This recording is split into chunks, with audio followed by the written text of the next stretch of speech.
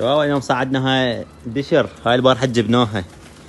شباب نصيحة الطير لا تلح عليه، خليه هو يلعب من البريج للمحطات، من المحطات للبريج. شلون استاذني الطير بس تلح عليه يتعب ويروح، خليه براحته يعاين. هاي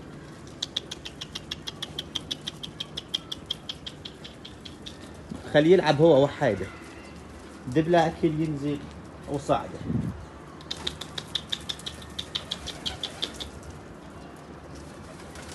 ولا تنسونا بالله من المتابعة.